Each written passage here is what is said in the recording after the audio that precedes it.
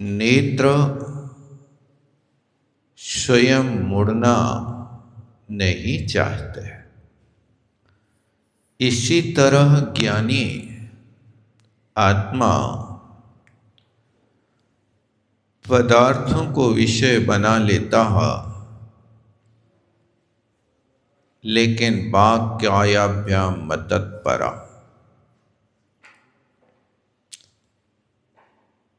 उनको देखने के बाद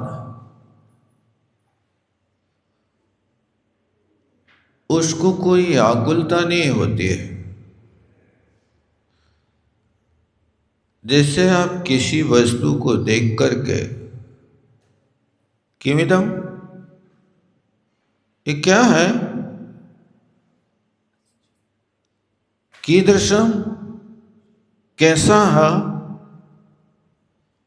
कस्य, किसका है, कस्मात्, कहाँ से आया है। ये आकुलता वाले जीव उस वस्तु को अनेक कोटि से जानना चाहता है, लेकिन जो ज्ञानी आत्मा होती है, किमिदम, कीदृशम, कस्य, कस्मात्, कोत्र विशेष्यन्, वो ज्ञानी पुरुष ये क्या है, किसका है, कहाँ से आया है, कहाँ पर रहता है, अविशेष्य, इसमें कोई विशेषता नहीं जानना चाहता। वस्तु है, किसकी है, उसका स्वामी कौन है, उसको कोई लेना देना नहीं। कहां से आए हैं, प्राय करके लोग किसी से परिचय होता है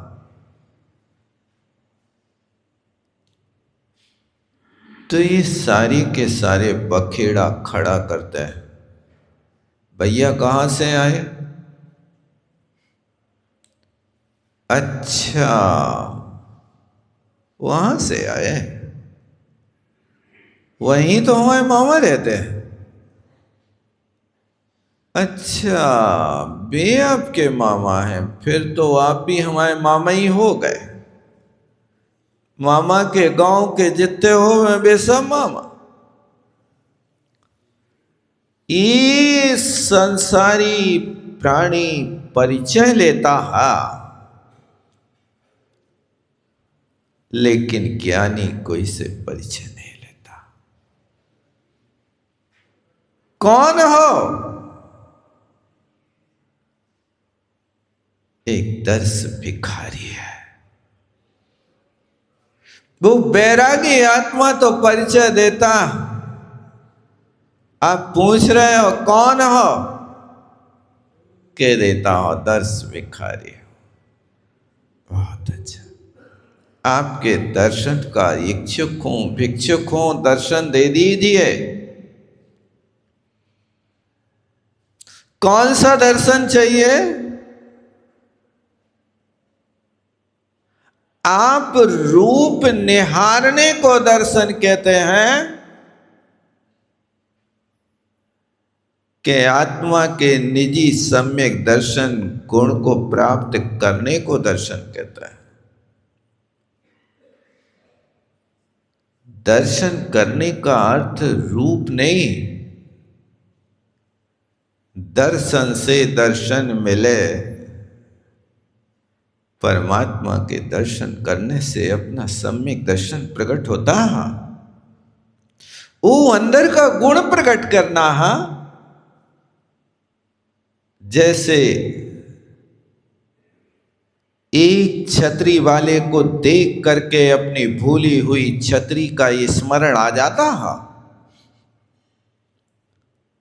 अरे छतरी तो मैं भी लाया था,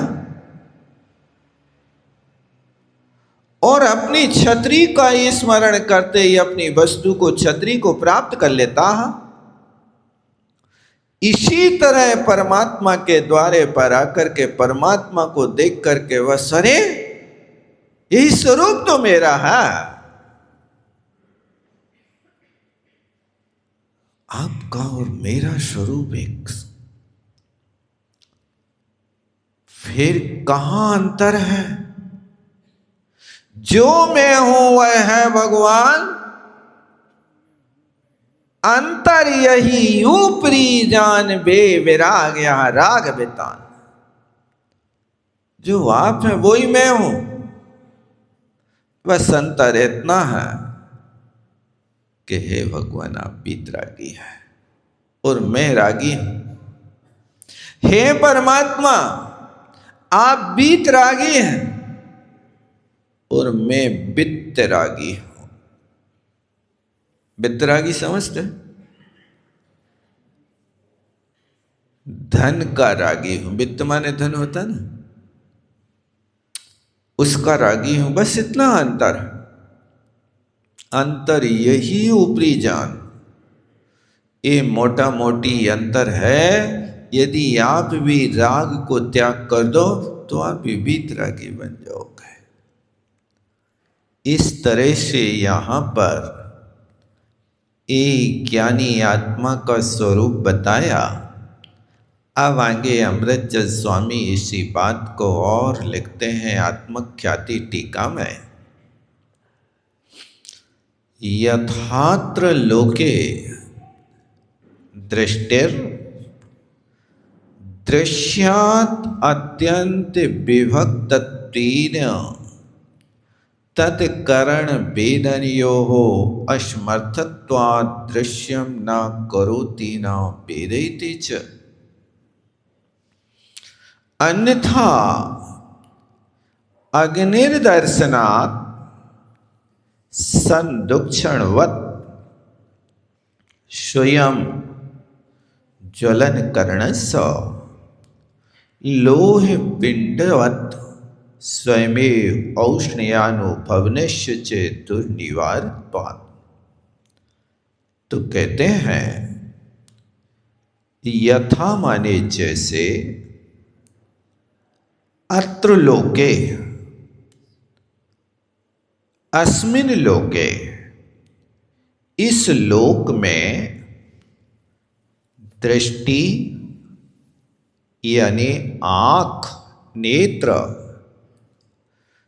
दृश्यात अत्यंत विभक्तित्वेन, जो दृश्य है, दृश्य का अर्थ देखने योग्य पदार्थ को दृश्य कहते हैं। सामने दृश्य खड़ा है, देखने योग्य वस्तु है, लेकिन इतना ध्यान रखना कि पदार्थ के पास और आत्मा के पास सामान्य गुण हर वस्तु में हुआ करता है। अस्तित्व, अस्तित्व, प्रमेयत्व। प्रमेय का अर्थ होता है कि द्रव्य के पास भी ज्ञात करने योग्य शक्ति है और वो किसी न किसी के ज्ञान का विषय बनती है। इसलिए दृश्यात, दृश्य माने देखने योग्य पदार्थ से अत्यंत विभक्त है, भिन्न होने के कारण। ओ वेदन यो तत्करण, यानी उसके करने और भोगने में असमर्थ है। दृश्यम न करोति न वेदयते, वो न करता है और न वेदन करता है, क्योंकि उस भिन्नत्व कारण दृश्य पदार्थ का न तो करता है और न भोगता है। बात समझने की है, देखो समझने की कोशिश करना। ऐसा नहीं कि अब समझ में नहीं आ रहा, बहुत कठिन है, प्रयास करो।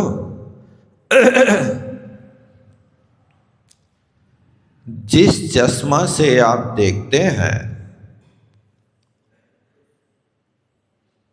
कभी कभी देखते देखते भी धुंधलापन सा लगने लगता है, होता ना ऐसा। चश्मा तो वही है,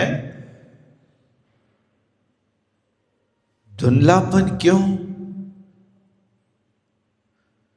नेत्र की ज्योति कम हो रही,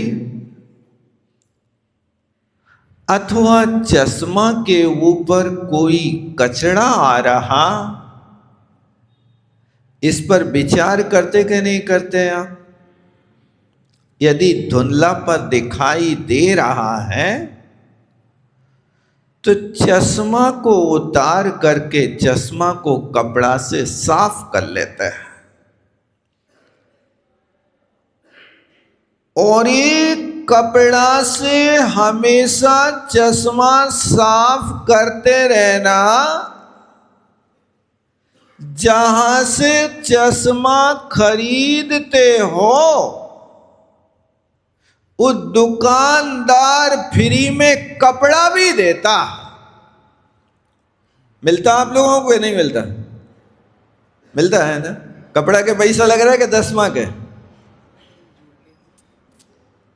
पैसा तो दृष्टि के लग रहे हैं, पैसे तो चश्मा के लग रहे हैं। कवर और कपड़ा ये फ्री में दे रहा, उसके कोई पैसा नहीं मांगता, तो वो कपड़ा क्यों दिया गया है आपके लिए? क्या आपके पास कपड़े नहीं हैं? कपड़े तो हैं, लेकिन कहीं तुम्हारे कपड़ों से चश्मा की शक्ल ना बिगड़ जाए, कांच ना बिगड़ जाए। इसलिए तुम्हें जब भी धुंधलापन दिखाई पड़े, इसी कपड़े से साफ करना, दूसरे कपड़े का प्रयोग नहीं करना। इसी तरह जब बुद्धि में धुंधलापन आने लगे, बुद्धि में जब कठिनाई महसूस होने लगे, तो स्थान छोड़ के नहीं भागना, उस चश्मा की तरह बुद्धि को थोड़ा मार्जन करने की कोशिश करना। इस वस्तु स्वरूप को, गूढ़ रहस्यों को समझने की बुद्धि होना, ये निकट भव्य की निशानी है। आप मन माफिक तो सुनना चाहते हो, कौआ कबूतर की कहानियां सुनना चाहते हो, लेकिन वास्तविक तत्व से परिचित नहीं होना चाहते। ये बहुत कठिन है, बहुत कठिन है। कई लोग आते हैं, महाराज हम आना तो चाह रहे हैं, लेकिन हमारी इतनी योग्यता कहाँ के हम समय सार सुन सकें। हमने तो अभी 6 ढाला नहीं पढ़ी, हमने तो अभी पहले ही भाग नहीं पढ़ो, इसलिए डर लगता है। ऐसे कई लोग आ रहे हमारे पास, रोज क्या व्यवहार है, डर लगता। अब भाई बाजार में जाएगा, अब दुकानदार से दुकान से यदि कुछ नहीं खरीदेगा तो क्या दुकानदार तेरे को बंधन में डाल देगा? अरे भाई माल पसंद नहीं आया तो तुम अपनी रास्ते चले जा। अब दुकान पे आने के पहले ही डर रहा है, समझ में नहीं आया, समय सार तो बहुत ऊंची चीज है, यही तो घुट्टी पिलाना है ना। यदि इसको नहीं समझोगे तो अपना हित कैसे कर पाओगे? तो यहां पर जो कहा कि उस भिन्न कारण दृश्य पदार्थ का न करता है न भोगता है। देखो क्या कहना चाह रहे हैं, आपने देख लिया अपनी आंखों से कि वो बच्चा रोड पर जा रहा है, अब सिगरेट पी रहा है। अब पी रहा है तो तुमने अपनी आंखों से तो देखा, लेकिन सिगरेट के पीने वाले, सिगरेट के कर्ता और भोक्ता वो सामने वाला बच्चा है कि आप हैं?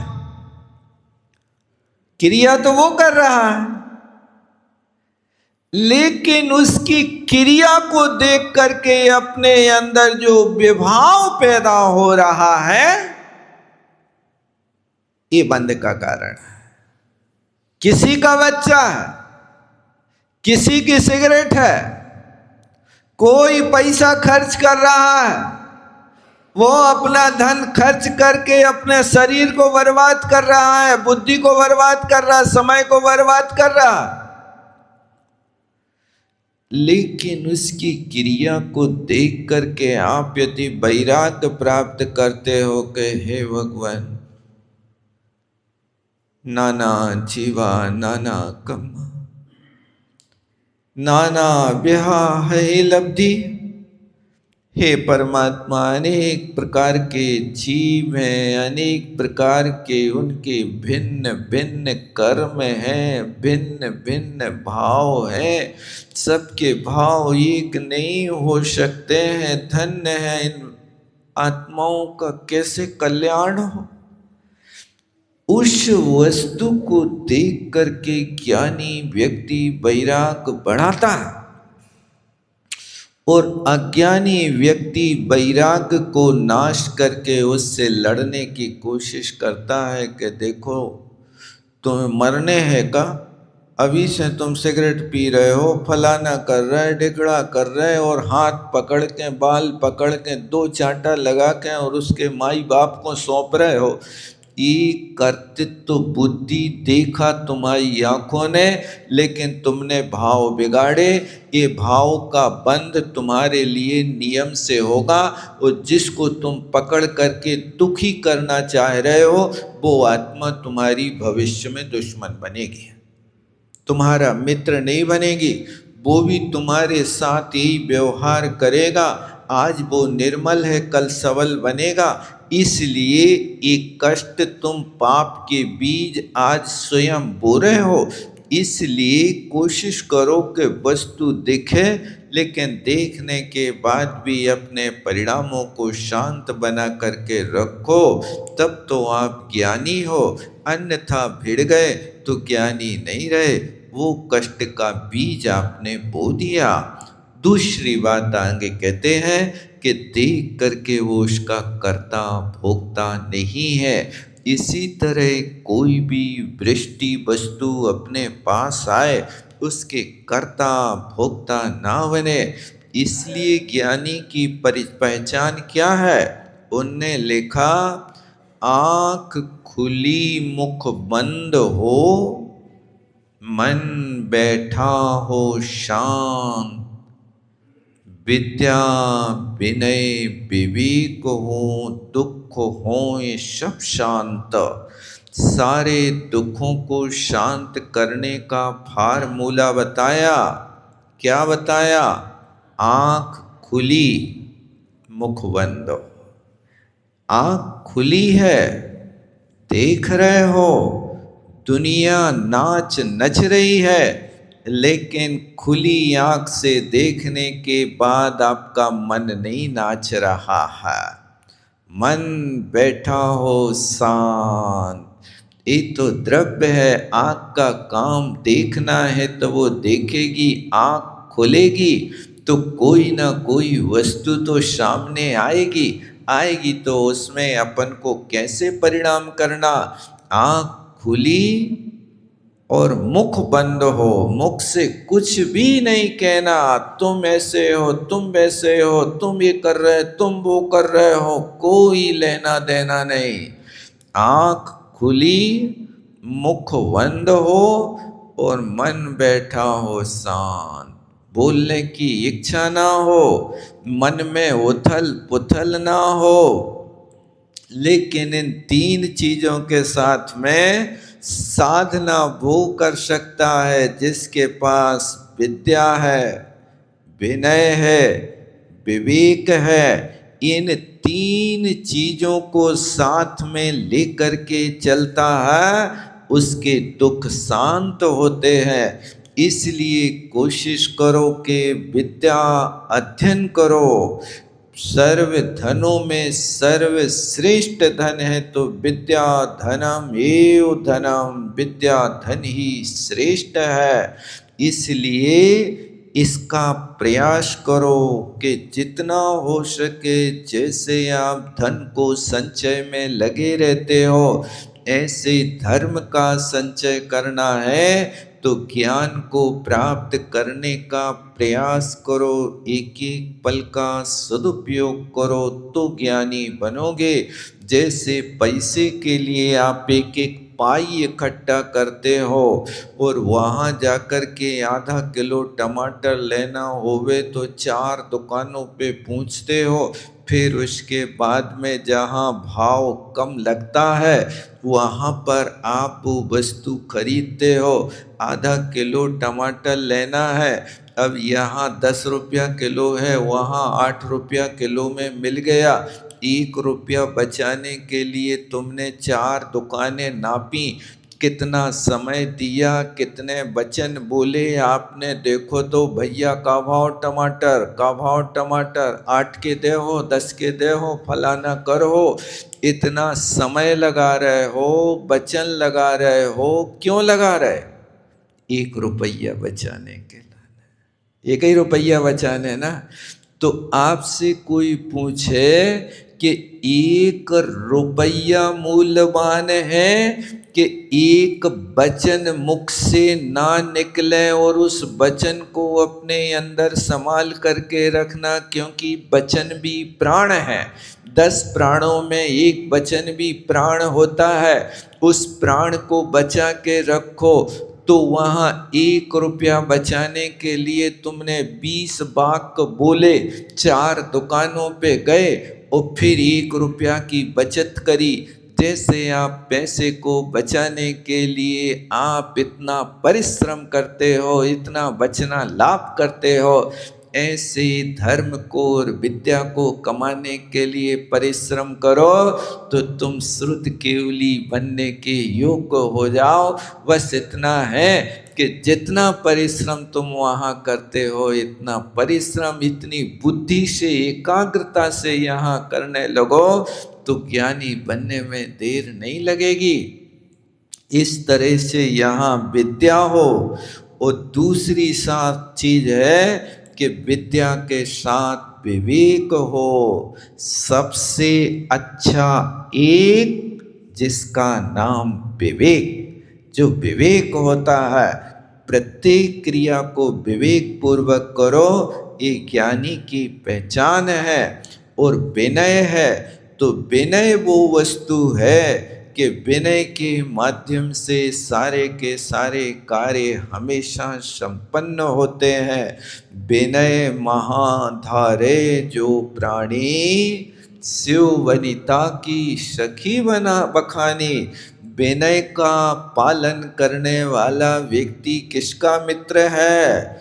वो मोक्ष, लक्ष्मी, मुक्ति, बधू का साथी है, पार्टनरशिप है। इसलिए विनय गुण को कभी मत छोड़ना। और विनय मानसिक होती है, वाचनिक होती है, कायिक होती है। शब्दों से बोलो तो ऐसे चुनिंदा शब्द, ऐसे चुनिंदा शब्द प्रत्येक व्यक्ति के लिए दो कि जिस चुनिंदा शब्दों को सुन करके सामने वाले का हृदय फूल जाए। और मानसिक विनय भी रखो कि यदि मन से तुम्हारी विनय होगी तो आपके चेहरे पर अलग भाव दिखेगा, विशुद्धि का, विनय संपन्नता का। ये मानसिक विनय है। और कायिक विनय है कि काय के माध्यम से विनय करना, ये बहुत बड़ी बात हुआ करती है। एक विनय संपन्न व्यक्ति के लिए किसी एक राहगीर ने झुककर नमस्कार किया। उसने नमस्कार किया तो ये सामने वाला व्यक्ति और झुका और झुक गया। तीसरे व्यक्ति ने कहा कि आप तो देश के इतने बड़े नेता हैं, इतने बड़े नेता होकर के तुम्हें उस राहगीर के सामने झुकने की क्या जरूरत है? तो वो नेता कहता है कि भैया हम जितना झुकेंगे उससे दूना सामने वाला झुकेगा। तुम अपने जीवन में झुकने की कला सिखाओ तो तुम झुकोगे तो सामने वाला झुकेगा, तुम नहीं झुकोगे तो सामने वाला तो कहता तुम शेर तो हम सवा शेर हैं। इसलिए जो कुछ ऐसी चीज़ें होती हैं कि कभी झुकती नहीं है, लेकिन नमनती फल नो वृक्षा, नमनती कुल जान रहा, शुष्क काष्ठाश्च मूर्खाश्च न नमनती कदाचना। जो फलवान वृक्ष होते हैं वे झुक जाते हैं, नीचे की ओर झुकते हैं ताकि नीचे चलने वाले राहगीर हाथ फैला करके फल को प्राप्त करें। फलवान वृक्ष झुक जाता है। वो कुलीन पुरुष जो अच्छे कुल के होते हैं वे सदा विनम्र होते हैं। धन के होने पर विनम्रता हो, ज्ञान के होने पर विनम्रता हो, रूप के होने पर सहजता हो, प्रतिष्ठा के होने पर वात्सल्य, सबके प्रति एक जैसा मैत्री भाव हो। जहाँ तुम्हारी प्रतिष्ठा, ऐसा प्रतिष्ठित व्यक्ति ना सोचे कि हमें तो सब दंडवत करते हैं। नहीं, तुम्हारा भी कर्तव्य है कि तुम भी वैसा करो तब लोग तुम्हारे बनेंगे। ये विद्या, विनय, विवेक हो, दुख हो ये सब शांत, सारे के सारे दुखों को शांत करना है तो ये तीन काम करना, विद्या, विनय और विवेक को हमेशा अपने पास रखना और आचरण करना। तो आँख खुली हो, मुख बंद हो और मन शांत बैठा होवे, ये तीनों चीजें एक दूसरे के साथ संबंध रखेंगी तो तुम्हारा सारा का सारा कष्ट नष्ट होगा। यदि दुखों को नष्ट करना है तो इन तीन चीजों को अपनाना प्रारंभ कर लो। याद रहेगा कि नहीं रहेगा? कौन कौन से काम करने हैं?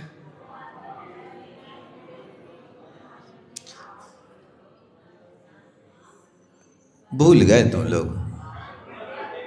याद कर लो। आँख खुली, मुख बंद हो, मन बैठा हो शांत। क्या? आँख खुली मुख बंद हो, मन बैठा हो शांत। किसका? दूसरे का के अपना? अपना स्वयं का। और फिर आगे क्या है? विद्या विनय विवेक हो। ये तीन चीजें भूल जाए तो विद्या सागर, विनय सागर, विवेक सागर, तीन सागर को याद कर लेना। विद्या विनय विवेक हो, दुख हो ये सब शांत। सारे दुखों को शांत करने का ये फार्मूला है। अब आप दुखों को शांत करना चाहते हैं कि दुखों को उकसाना चाहते हैं? यदि दुखों को बढ़ाना चाहते हैं तो आँख खोलना, लेकिन दोषों को देखने के लिए।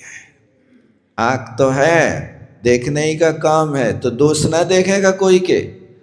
दोष करोगे तो देखेंगे, और देखेंगे तो कहेंगे, और कहेंगे तो फिर मन से झगड़ा करेंगे। इसलिए तुम्हारे अंग तुम्हें काम करने के लिए, अच्छे काम करने के लिए मिले हैं।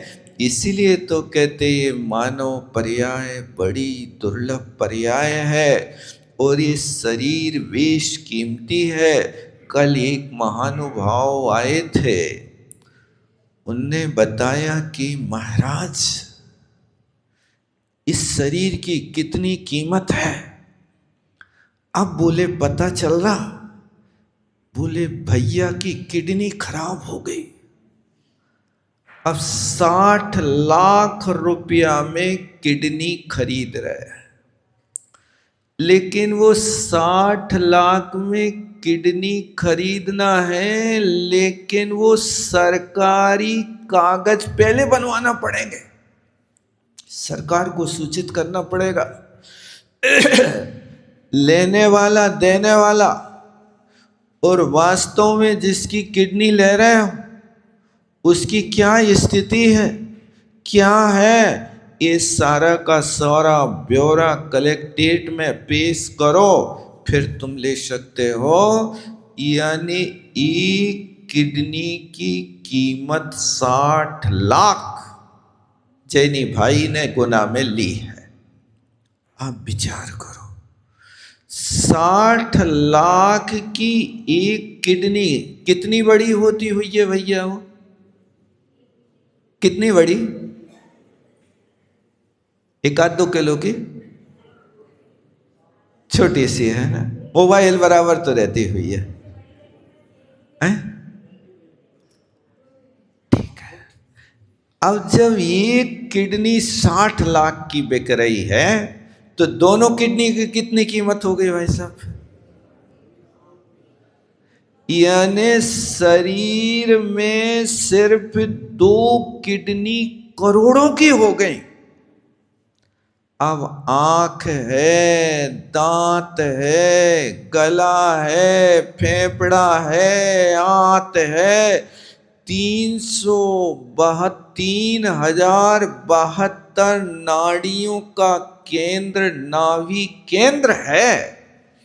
एक कैसी मशीन है जिस मशीन के बिगड़ने पर करोड़ों खर्च कर देते हैं, और आप कितनी सुलभता से बर्बाद कर रहे कि आत्म कल्याण करने का हमें ये यंत्र मिला, और उस यंत्र का उपयोग आप कोको कोला के पीने में कर रहे हो, उस यंत्र का प्रयोग आप फ्रिज के पानी को पीने में कर रहे हो, उस शरीर के यंत्र का प्रयोग आप दूध नहीं पी रहे, दारू में मन ललक रहा है।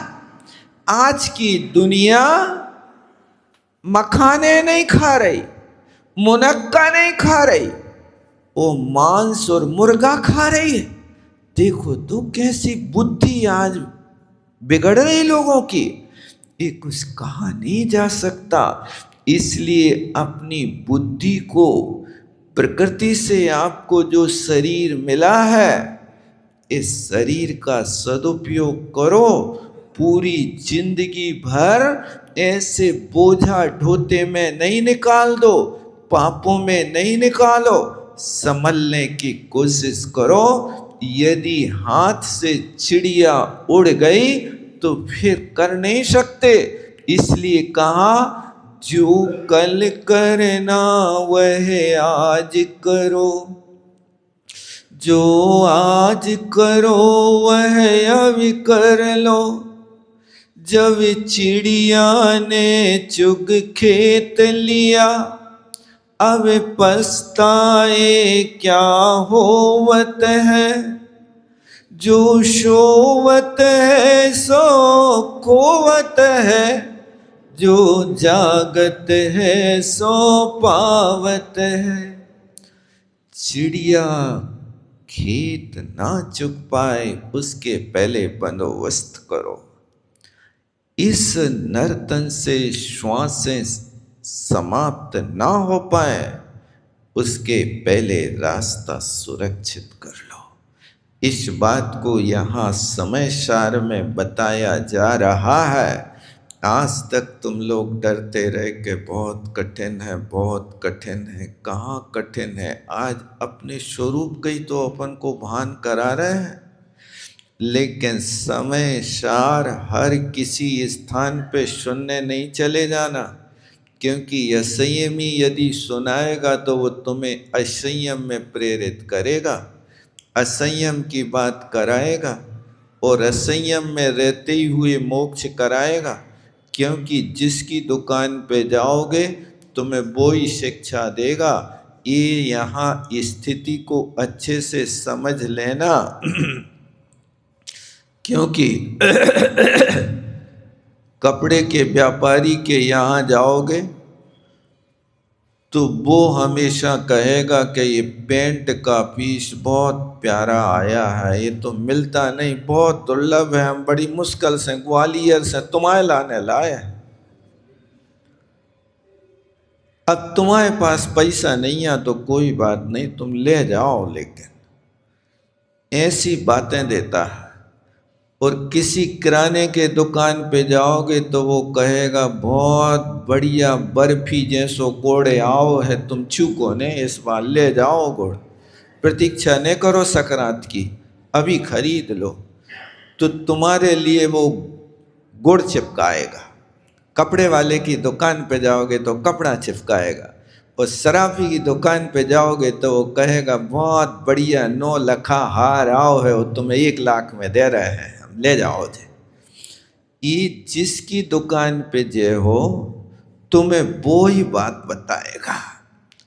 इसी तरह यहाँ पर बैरागियों की दुकान से यदि तत्व ज्ञान खरीदोगे तो हृदय में प्रवेश करेगा, और असंयमी तत्व ज्ञान सुनाएंगे तो वो तुम्हें ऊपर ऊपर पतंग की तरह उड़ाते तो रहेंगे, लेकिन तुम्हारा ठिकाना नहीं कि कहाँ कौन से स्थान पे जा कर के पड़ जाओ।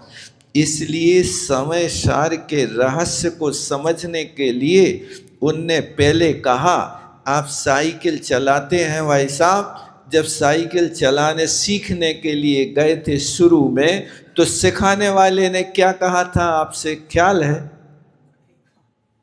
नहीं है ख्याल? वो कहता पहले देखो हैंडल संभालो, यही कहता ना। हैंडल नहीं संभाले और पेडल मार दे तो धड़ाम से जमीन में गिरे हो। हैंडल संभालो। अब हैंडल संभाला फिर भी गिर गया, अरे भैया हैंडल संभालो, सामने देखो, नहीं तो सामने भिड़ा दोगे कोई से। तो पहले तो हैंडल संभालना ये क्या बनाया, श्रद्धान मजबूत बनाया। इस साइकिल के हैंडल को संभालना माने सम्यक दृष्टि बनना, श्रद्धान मजबूत करना। और फिर उसके बाद में कहा कि सामने देखो। ये सामने देखने की बात कही तो क्या की, ज्ञान करो, रास्ते का ज्ञान करो। रास्ते में ऐसा ना हो वह कोई को जाकर के ठोक दो, तो ज्ञान करना। और फिर अब सामने देख रहे हो, हैंडल संभाल रहे हो, अब सीट पे बैठ गए हो, अब क्या करना है, पेडल मार। पेडल नहीं मारेगा तो गाड़ी कैसे चलेगी। यानी पेडल मारना चारित्र की बात सिखाना। साइकिल में भी दर्शन ज्ञान चारित्र तीनों है कि नहीं? हैंडल संभाल रहे माने सम्यक दृष्टि बन गए। सामने देख करके चला रहे हो, गड्ढा होवे, ब्रेकर होवे, कोई और सामने उपद्रव होवे, उसको टाल के चलो, नहीं तो नाली में साइकिल गिरे है तो तुम्हारी क्या दशा हुई? ये ज्ञान हो गया। और साइकिल चलाना है तो साइकिल हैंडल अकेले संभालने से आगे बढ़ेगी क्या? पेडल मार। तो साइकिल पेडल से चल रही कि हैंडल से चल रही? पेडल तो स्थिर है, पेडल तो मारना चलाना पड़ेगा, लेकिन हैंडल तो स्थिर रहेगा। हैंडल को नहीं कुछ करना, हैंडल को तो संभाल के रखो। इसी तरह सम्यक दर्शन रूपी हैंडल को संभाल करके रखो और हमेशा अपनी बुद्धि से, विद्या विनय विवेक से काम करते रहो और पेडल मारो। तो पेडल मार है तो आगे को चक्का चल है कि पीछे को चक्का चल है? बताओ कौन सा चक्का चल है? आगे का चलता, पीछे का नहीं चलता। तो दोनों एक साथ चल है कि क्रम से चल? एक साथ चलते ना। यानी एक बार पेडल मारा तो दो ही चक्का घूमे ना। ये चारित्र की सूचक पेडल है, माने दो चक्का तुम्हें ज्ञान करा रहे कि मार्ग में चलने के लिए दो चक्के हैं। इसी तरह मोक्ष मार्ग के दो चक्का या चक्का माने व्यवहार रत्नत्रय और निश्चय रत्नत्रय, ये दोनों चक्का एक साथ चल रहे हैं तुम्हारे। तुम चारित्र तो ले लो, चारित्र लेते ही तुम्हारे पास जैसे एक पेडल मारे वो दोनों चक्का चले। जैसे ही तुमने यहाँ तीन चौकड़ी का त्याग किया और तीन चौकड़ी का त्याग करते हुए ही यहाँ पर आपके पास दोनों चक्के घूमने लगते हैं। निश्चय व्यवहार मोक्ष मार्ग सामने आकर के खड़ा हो जाता है। आप बढ़ो तो, लेकिन चलाते कहाँ, देखते कहाँ हो? आप तो साइकिल चला रहे हो और मस्ती में झूम रहे हो, हाथ छोड़ के साइकिल तो चला रहे हो। सम्यक दर्शन छोड़ के मोक्ष मार्ग में चल है। हाथ छोड़ करके साइकिल रोड पे चल सकती है, विद्याधर तो धड़ाधड़ हाथ छोड़ के चलाते थे, लेकिन बैलेंस बना करके रखते थे। ये बैलेंस की आवश्यकता है कि आप यदि वास्तव में संभल गए, सुधर गए और तुम्हारे अंदर विवेक हो गया तो देखो एक सामान्य व्यक्ति से भी विवेक ले सकते हो, सीख सकते हो, उसको भी गुरु बना सकते हो। पहले की महिलाएं थी, एक महिला सिर पर 3 घड़ा रख करके ला रही है पानी भर के, खाले नहीं, 3 घड़े सिर पे रखे, एक घड़ा काखरी में लगाए और एक हाथ से लड़के की उंगली पकड़े। सब कुछ उसका व्यस्त है। सिर पे 3 घड़े, एक हाथ में एक घड़ा है और एक हाथ में बच्चा की उंगली पकड़े। देखो कैसा बैलेंस है। और साथ में चलने वाली महिलाओं से बातें भी कर रही है, रास्ते में बातें भी कर रही है, बच्चा को भी समझा रही है। वो 3 घड़ा सिर पे भी रखे और कुआं से लेकर घर तक आ गई, एक भी घड़ा नहीं गिरा, ना घड़ा गिरा, ना उपटा लगा, ना कहीं बातों में चूकी। सब कुछ व्यवस्थित लेकर के देखो कैसे बैलेंस बनाया होगा। यदि गर्दन पे मक्खी बैठ जाए और थोड़ी सी यूं हिला देवे तो बताओ क्या होगा? घड़ों की जान बचेगी कि नहीं बचेगी?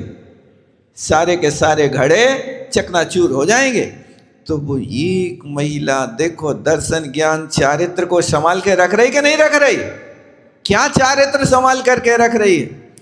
यहां सिर पे 3 घड़े हैं, मक्खी नहीं सांप भी आके काट देवे तो भी उसकी गर्दन नहीं हिलेगी। और एक मील दूर से कुआं के पानी लाते थे और वे लोग एक काम करते थे, अपने बच्चों को साथ में ले जाएं तो भी उंगली पकड़ के लाते थे। तो 3 घड़ा सिर पर रखे हैं, बैलेंस किसका है? गर्दन बिल्कुल सीधी चल रही है। आप 1-2 घड़ा रख करके तो यहां से मंदिर तक चले जाओ, तब जाने के हाँ यार बहुत होशियार आदमी है। लेकिन उन्होंने कैसे सीख लिया? कौन से कॉलेज में? स्कूल की शक्ल नहीं देखी, स्कूल गई नहीं, बिना पढ़ी लिखी, कोई शास्त्र नहीं पढ़ती, लेकिन उनके पास वो अकल है कि घड़ा जब सिर पे रखा हो तब बिल्कुल नहीं गर्दन हिलाना। ये किसी ने सिखाया नहीं, लेकिन आचरण से सीखे, संगति से सीखे। तो उनसे सीख लो आप।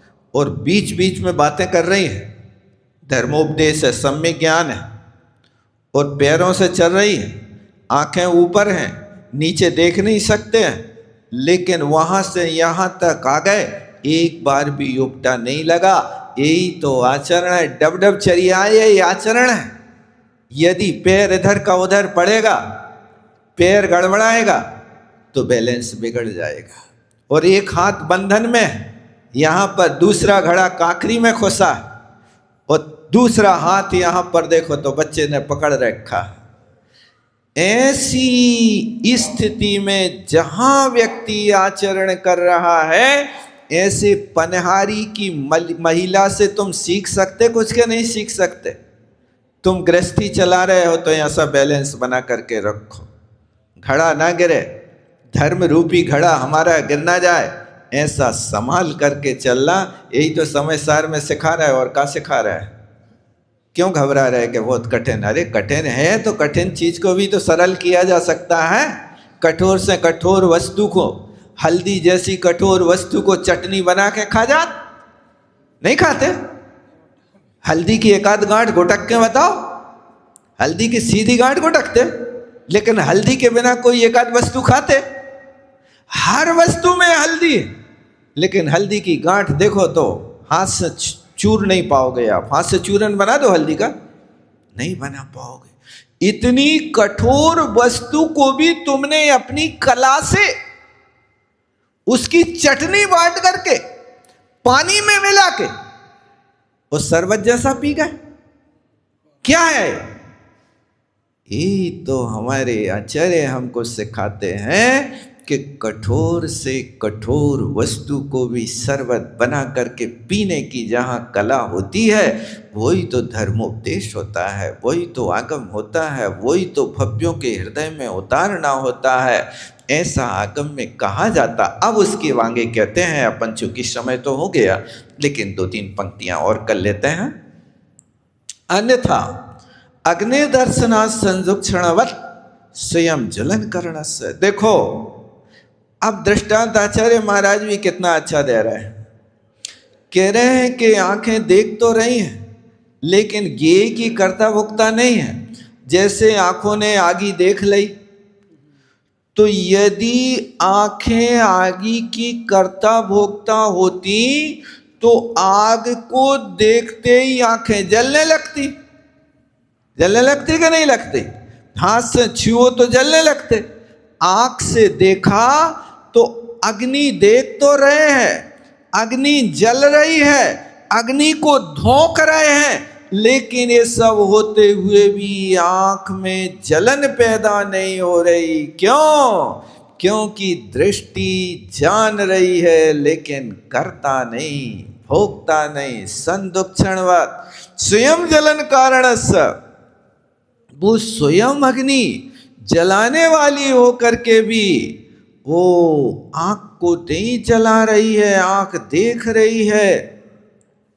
जैसे लोह पिंडवत स्वयमेव उष्णे अनुभवनश्य, यदि लोहा अग्नि को देख लेवे तो वो स्वयं जलने लगता है।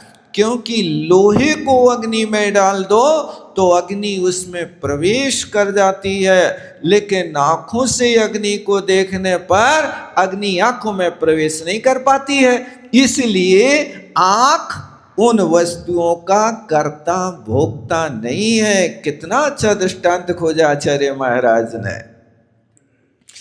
दुर्निवारत्वात्, उसमें से लोहे के पिंड को अग्नि में डालोगे तो अग्नि के प्रवेश को रोक नहीं सकते, नियम से उसमें प्रवेश करेगी। किंतु केवलम दर्शन मात्र स्वभावत्वात् तत्सर्वं केवलम पश्यति, इसलिए सिर्फ दर्शन मात्र स्वभाव होने से सब कुछ देखता है लेकिन करता भोगता नहीं। ये तो दृष्टांत दिया।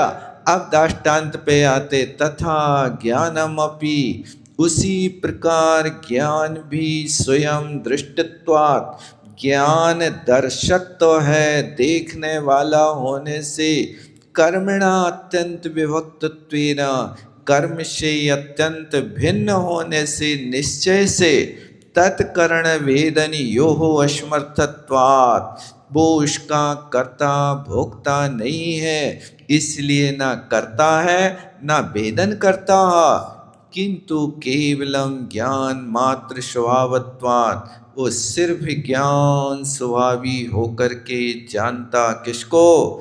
बंध को और मोक्ष को। तुम्हें कुछ करना नहीं, दोनों कार्य एक साथ चलते हैं। दुकान पे आप बैठते हो, दुकान चला रहे हो, तो दुकान देने से चलती कि लेने से चलती है? बताओ, ईमानदारी से बताना, काय से चलती? देने से कि लेने से? दोनों से चलती। अरे दोनों से चलती है तो दोनों चलाते एक साथ के?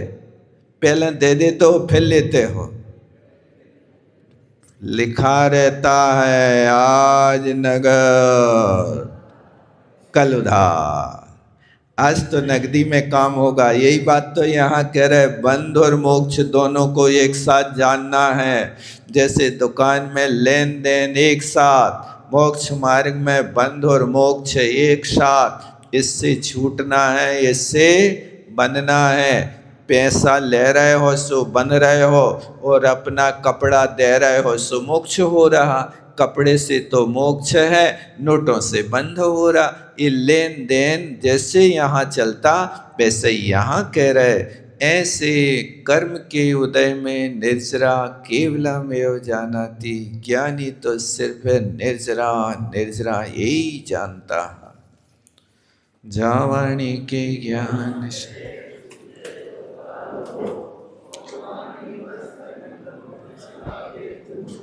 हे जिनवाणी भारती तो जपोदरे, जो तेरो शरणागत है सो पावे सुख चैन।